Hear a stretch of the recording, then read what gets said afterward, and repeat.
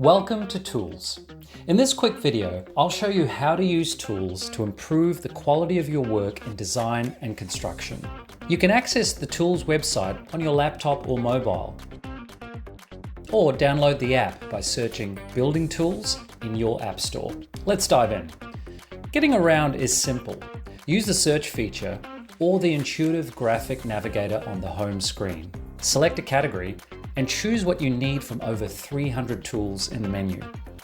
Each tool contains illustrated information about the materials, dimensions, connections, and rules that everyone needs to know. All code-based content is shown in red, while best practice content containing the warnings and tips that craftspeople want to know are shown in blue. Click the hotspots to find important code summaries, while tables and illustrations provide additional information. Importantly, links to other relevant tools allow you to quickly jump to related details. Complex code differences are explained with our ometers, where you can easily select and see code variances. And code citations show exactly where the information was sourced from. Once you have the tool you want, zoom in and dive right into the detail.